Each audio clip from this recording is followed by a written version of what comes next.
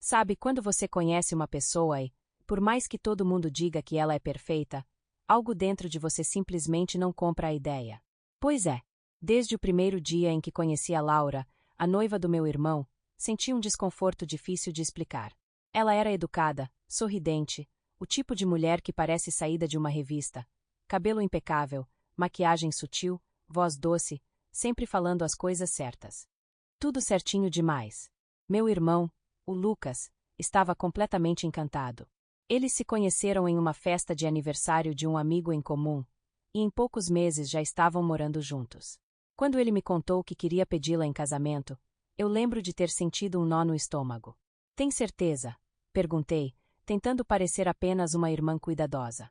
Ele riu e disse, Manu, eu nunca estive tão certo de algo na minha vida. E foi aí que eu percebi que qualquer opinião contrária seria vista como inveja ou drama.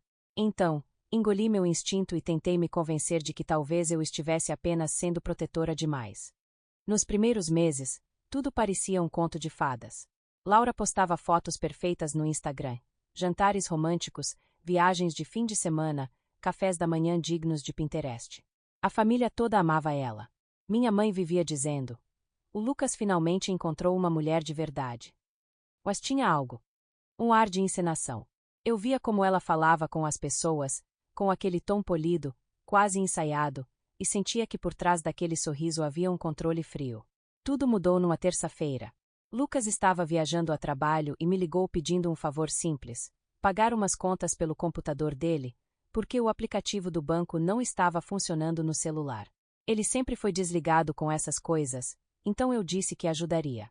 Fui até o apartamento deles, ela não estava, claro, tinha ido fazer as unhas com uma amiga, e entrei no computador. Enquanto eu organizava os boletos, percebi algo estranho. Havia várias transferências recentes, com valores altos, feitas da conta do Lucas para outra conta com a descrição para gastos do viagem. Só que, essas transferências não eram para ele. Eram feitas por Laura, usando o acesso dele. E o mais estranho, ela dizia que o dinheiro ia para a própria conta, para facilitar os pagamentos. Curiosa, resolvi anotar o nome do destinatário. Era um nome masculino, Rafael Duarte. Não me soava familiar. Fui até o Instagram e digitei o nome. Quando vi o perfil, meu coração simplesmente disparou. O cara estava cheio de curtidas nas fotos da Laura. Inclusive, em várias viagens que ela dizia ter feito com as meninas, ele estava nas mesmas cidades. Havia até stories antigos marcando o mesmo restaurante, na mesma noite. Naquele momento, senti um frio subir pela espinha. Eu queria acreditar que estava imaginando coisas, que era coincidência. Mas a quantidade de indícios era absurda. Fechei o computador e fiquei sentada no sofá por um tempo, com as mãos tremendo. Será que conto pro Lucas agora? Será que espero para ter mais certeza? Não queria destruir o relacionamento deles sem provas concretas, mas dentro de mim, eu já sabia.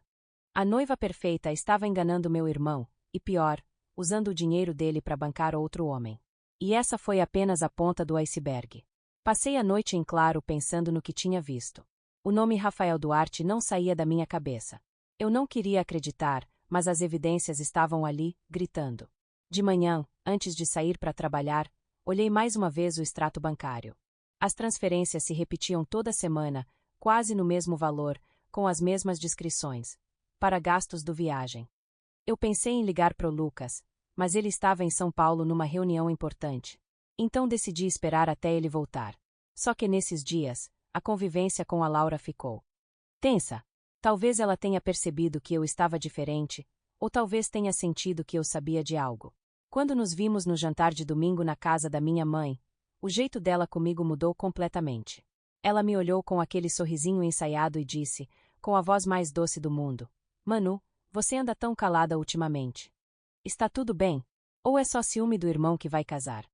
A forma como ela disse aquilo fez o sangue subir à minha cabeça. Era como se estivesse me provocando, mas de um jeito sutil, para parecer brincadeira. Respondi apenas: estou ótima. Só ando cansada do trabalho. Mas o olhar dela era o de alguém que sabia estar no controle. Naquela noite, mandei mensagem pro Lucas: quando você voltar, preciso conversar com você. É importante.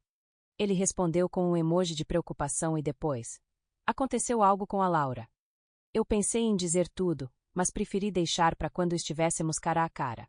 Quando ele voltou, 2 dias depois, fui até o apartamento dele. Laura não estava, por sorte. Eu abri o extrato na frente dele, tentando mostrar cada transferência, cada detalhe, mas quando fomos conferir o nome do destinatário, ele simplesmente não estava mais lá. O campo que antes mostrava o nome do Rafael agora estava vazio, como se tivesse sido apagado. Meu coração afundou. Lucas, olha. Juro que não estou inventando nada.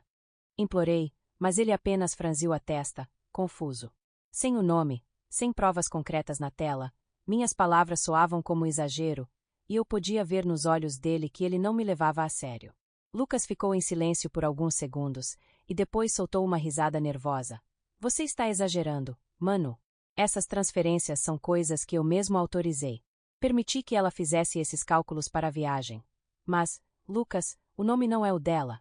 E esse cara vive curtindo as fotos dela. Ele balançou a cabeça, visivelmente irritado. Você está vendo coisa. A Laura me mostrou que você anda implicando com ela há meses. Disse que te sente distante, fria. E agora isso. Está com ciúme? Ou é porque ela está tomando o seu lugar de irmã favorita? Aquilo doeu mais do que eu esperava. Eu, com o coração apertado de preocupação, e ele achando que tudo era inveja. Tentei insistir, mas ele levantou e encerrou o assunto. Não quero mais ouvir sobre isso, Manu. Confio nela. Fui embora com as mãos tremendo e a garganta travada. No caminho para casa, senti uma mistura de raiva e impotência. Como alguém tão inteligente como o Lucas podia estar tão cego? Nos dias seguintes, as coisas pioraram. Laura começou a me ignorar completamente. Quando cruzávamos em eventos de família, ela fazia questão de me deixar desconfortável, elogiando exageradamente o Lucas, mostrando presentes caríssimos que ele dava, e sempre com aquele olhar provocador. Uma noite, ela chegou ao cúmulo de mandar uma mensagem para mim, do nada. Talvez seja melhor você cuidar da sua própria vida. O Lucas não precisa da sua opinião sobre o nosso relacionamento. Apaguei a mensagem, mas aquilo me deixou em alerta total. Agora eu tinha certeza. Ela sabia que eu descobri alguma coisa. Mas o que eu não imaginava era o que estava por vir. Porque, no jantar seguinte, diante de toda a família, as máscaras iam cair, e ninguém sairia ileso daquela noite. Naquela semana, minha mãe decidiu fazer um jantar grande. Era para celebrar o aniversário de casamento dos meus pais, e claro, todos foram convidados, inclusive o Lucas e a Laura. Eu quase inventei uma desculpa para não ir, mas no fundo, eu sabia que evitar aquilo não ia resolver nada. Desde o momento em que eles entraram pela porta, eu senti o ar pesar. Laura estava deslumbrante, com um vestido vermelho, maquiagem impecável e aquele sorriso de sou a mulher perfeita. Ela beijou o rosto da minha mãe, abraçou todo mundo e, quando me viu, disse com aquela voz doce e provocante: Oi, cunhadinha. Espero que hoje você consiga relaxar um pouquinho, tá? A vida fica muito mais leve quando a gente para de se preocupar com os outros. Minha mãe achou que era uma brincadeira, riu. Mas eu vi o olhar dela, ela sabia exatamente o que estava fazendo. Durante o jantar, Laura dominava a conversa. Falava das viagens que eles fariam após o casamento, de como Lucas era generoso, responsável, um homem raro. E ele, coitado, sorria, orgulhoso, sem imaginar que ela o estava usando como um cartão de crédito humano. Em certo momento, minha mãe pediu para eu ajudar a servir o vinho. Eu levantei, e quando fui preencher o copo da Laura, ela me olhou e disse, em voz baixa: Você devia parar de tentar destruir o que não entende, Manu. Vai acabar ficando sozinha. Aquela frase foi como um tapa. Eu senti meu rosto esquentar. Eu só quero o bem do meu irmão, Laura. Claro que quer. Ela sussurrou, sorrindo. Por isso anda fuçando nas contas dele, né? Meu coração gelou. Ela sabia. Sentei novamente, tentando disfarçar o tremor nas mãos. O jantar continuou, mas a comida parecia sem gosto. Até que, em um dado momento, ela começou a falar de dinheiro. O Lucas é tão generoso. Outro dia, ele insistiu para que eu comprasse aquele relógio caríssimo que eu tanto queria. Eu até disse que não precisava, mas ele faz questão de cuidar de mim. Eu não consegui segurar. Ah, é? E será que o Rafael também gosta desses presentes? O silêncio foi imediato. Todos pararam de comer. Laura ficou pálida, depois vermelha. Como é que é? Ela disse, tentando rir. Você ouviu bem. As transferências, as viagens. Você acha mesmo que ninguém perceberia? Meu irmão largou o garfo. Manu, o que é isso? Ela está gastando o seu dinheiro com outro homem, Lucas. Eu vi. Vi as transferências, o nome, vi tudo. Laura se levantou num salto, os olhos brilhando de ódio. Mentira. Você é uma invejosa. Desde o começo me odeia. Antes que alguém pudesse reagir, ela pegou o copo de vinho e jogou em mim. O líquido vermelho escorreu pelo meu rosto, manchando minha blusa e o tapete da minha mãe. Todo mundo ficou em choque. Chega! Gritou o Lucas, levantando. Você passou de todos os limites, Manu. Eu estava tremendo. Parte de raiva, parte de tristeza. Eu olhei para ele, tentando encontrar no olhar do meu irmão algum traço de dúvida, alguma fagulha de razão. Mas não havia nada, só raiva e decepção. Levantei, peguei minha bolsa e saí sem dizer mais uma palavra. Do lado de fora, no frio da noite, o som das vozes deles ecoava pela janela. Eu nunca me senti tão sozinha. Naquele momento, jurei para mim mesma que não ia mais tentar. Se ele precisava cair para enxergar, então que caísse. Mal sabia eu que, algumas semanas depois, a verdade viria à tona, de um jeito que nem mesmo ela conseguiria controlar. Depois daquele jantar, eu praticamente deixei de falar com o Lucas. Ele não respondeu minhas mensagens, e quando tentei ligar, ele simplesmente desligou. Minha mãe tentou intervir, mas ele foi firme. Não quero ouvir mais nada sobre isso, mãe. A Manu precisa aprender a respeitar a minha vida. Foram semanas pesadas. Eu me sentia a vilã da história, a irmã invejosa, a destruidora de lares. No trabalho, eu não conseguia me concentrar. À noite, eu revivia a cena do jantar, o vinho escorrendo pelo meu rosto, os olhares de reprovação. E o pior de tudo era lembrar do olhar do meu irmão, cheio de raiva. Mas o tempo é o melhor aliado da verdade. E, pouco a pouco, as coisas começaram a mudar. Um mês depois, minha mãe me ligou numa tarde de domingo, a voz trêmula. Filha, o Lucas veio aqui. Ele parece diferente. Disse que precisa conversar com você. No começo, achei que fosse mais uma tentativa de reconciliação forçada, mas decidi recebê-lo. Ele chegou com o rosto abatido, olheiras profundas e um olhar vazio. Ficamos em silêncio por um momento, até que ele disse: Manu. Eu vi. Demorei para entender. Viu o quê? As transferências. Tudo o que você disse. Ele contou que, por acaso, precisou acessar o extrato da conta por causa de uma compra, e acabou encontrando novas transferências suspeitas, valores altos enviados para contas diferentes, todas ligadas ao mesmo nome, Rafael Duarte. Quando ele perguntou a Laura o que era aquilo, ela ficou nervosa, tentou apagar o histórico e disse que era um erro do banco. Mas, naquele momento, algo quebrou nele. Eu lembrei do jantar, lembrei do que você falou. E percebi que algo não fazia sentido. A voz dele vacilava. Eu confrontei ela, Manu. Ela tentou virar o jogo, disse que você tinha manipulado tudo, que estava me perseguindo. Mas eu já sabia. Eu entrei em contato com o banco. Pedi os comprovantes. Ele passou as mãos no rosto, respirando fundo. O dinheiro sumia toda semana. E tinha fotos. Fotos dela com aquele cara. Viagens, restaurantes. Tudo pago por mim. Meu coração apertou. Não por satisfação, mas por dor. Porque, no fim, eu não queria estar certa, eu só queria que ele não sofresse. Ele continuou. Quando confrontei de novo, ela surtou. Disse que eu era ingrato, que eu a fazia se sentir controlada. E depois fez as malas e foi embora. Bloqueou meu número. Eu fiquei em silêncio, olhando para ele, sem saber o que dizer. Parte de mim queria abraçá-lo, parte queria chorar. Depois de um tempo, ele olhou para mim e disse: Desculpa, Manu, por não ter acreditado em você. Eu me deixei enganar. As lágrimas vieram sem que eu pudesse evitar. Eu só queria te proteger, Lucas. Eu juro que nunca quis destruir nada.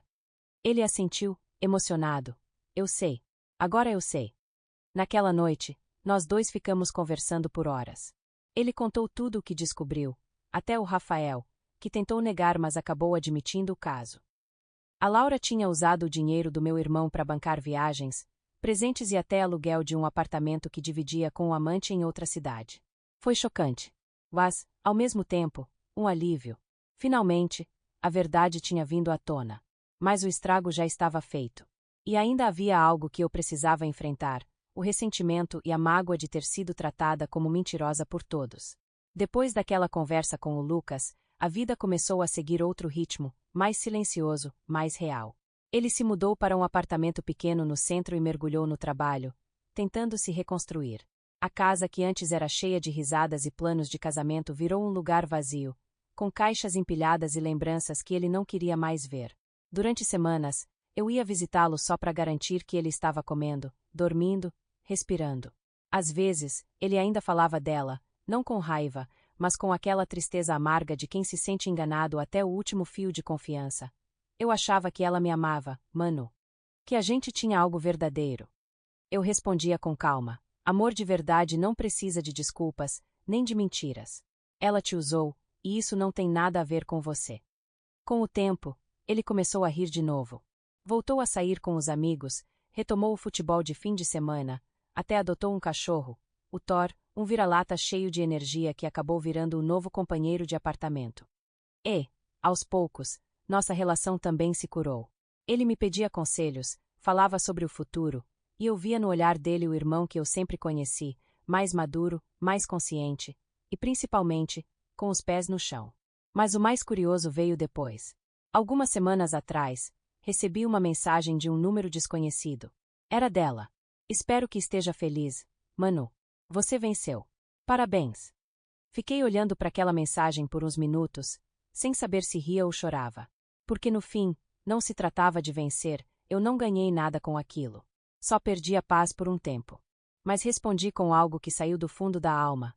Não se trata de vencer. Se trata de parar de mentir para quem te amava. Ela nunca respondeu. Hoje, quando penso em tudo isso, percebo o quanto a confiança é frágil. Você pode construí-la por anos e destruí-la em minutos. E às vezes, a verdade dói tanto quanto a mentira, porque ela mostra quem as pessoas realmente são. Mas se há algo que aprendi é que, por mais doloroso que seja, a verdade liberta. Ela pode quebrar o coração, arruinar um jantar de família e deixar cicatrizes, mas também traz paz. E quando eu olho para trás, para aquela noite em que ela jogou o vinho em mim, percebo que aquele momento, o mais humilhante da minha vida, foi também o começo do fim da farsa. Hoje, o Lucas está bem. Eu também. E se algum dia ele amar outra pessoa, espero que seja alguém que o veja pelo que ele é, não pelo que ele pode oferecer. E quanto a mim? Eu finalmente aprendi que ser a irmã desconfiada não é um defeito. É instinto. E ele, dessa vez, me salvou.